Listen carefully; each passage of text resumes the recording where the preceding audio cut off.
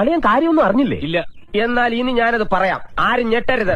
എന്നോട് ചോദിച്ചു ഒരു ദിവസം, മെസ്സേജ് അയച്ചിട്ട് ചോദിച്ചു, ശ്രീ എനിക്ക് കുറച്ച് കാര്യങ്ങൾ സംസാരിക്കാനുണ്ട്. ഞാൻ പറഞ്ഞു എന്താണ്? എന്നിട്ട് ഈ തെണ്ടികളൊക്കെ ആരാണ് ഇങ്ങോട്ട് ക്ഷണിച്ചത്? ഇങ്ങനെ നമുക്കൊരു ചായയൊക്കെ കുടിച്ച് സംസാരിച്ചാണെന്ന് ചോദിച്ചപ്പോ പുള്ളിക്കാരൻ ഇടപ്പള്ളി വന്ന് ഞാനും അങ്ങനെ പോയിട്ട് സംസാരിച്ചു.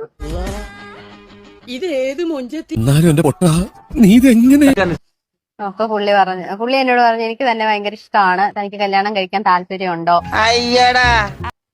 എന്നിങ്ങനെ ചോദിച്ചു. അപ്പൊ ഞാൻ ഒന്ന് ആലോചിച്ചിട്ട് പറയാന്ന് പറഞ്ഞു.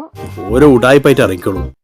പിന്നെ ഞാൻ വീട്ടിൽ ചെന്നു, കുറെ നേരം ഇരുന്ന് ആലോചിച്ചു. അങ്ങനെ നിനക്കും പെണ്ണ് കിട്ടി അല്ലേ കൃഷ്ണൻകുട്ടി? എന്നിട്ട് എത്തിയ തീരുമാനമാണിത്.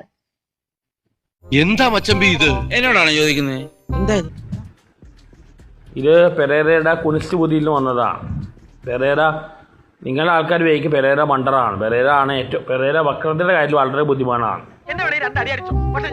വിശ്വസിക്കോ? ഇല്ല. വിശ്വസിക്കില്ലേ? എന്റെ മതി, നിന്റെ ചായ കുടി. അഹങ്കാരി എന്താ നീയൊക്കെ? നിങ്ങളെല്ലാവരും മണ്ടന്മാരാക്കുകയാണ്. അവന് ഇത് ശരിക്കും കല്യാണം ഒന്നല്ല, ആ പെൺകുട്ടി എന്തായാലും നിന്ന് കൊടുത്തെന്ന് അറിയില്ല. കാര്യത്തിനാണിത്. ഒരു സുഖം, ഒരു മനസുഖം. ഇത്രക്ക് ചീപ്പാണ് ആർട്ടിസ്റ്റ് ബേബി. ഇത് ഫെയിം നടത്താൻ വേണ്ടി വൈറലായിട്ട് ബിഗ് ബോസിൽ കയറാനാണ്. ഗോപാലകൃഷ്ണൻ ഒരു നമ്പർ അല്ലേ? പിന്നെ അവരുടെ പ്രായത്തിന്റെ തമാശ എന്ന് പറയാം. എന്നാ പിന്നെ പേടിക്കണ്ട. അടുത്ത ബസ് എപ്പോഴാന്നാ പറഞ്ഞത്? 5:33. തൽക്കാലം ഇത്രയും മതി. വരട്ടെ.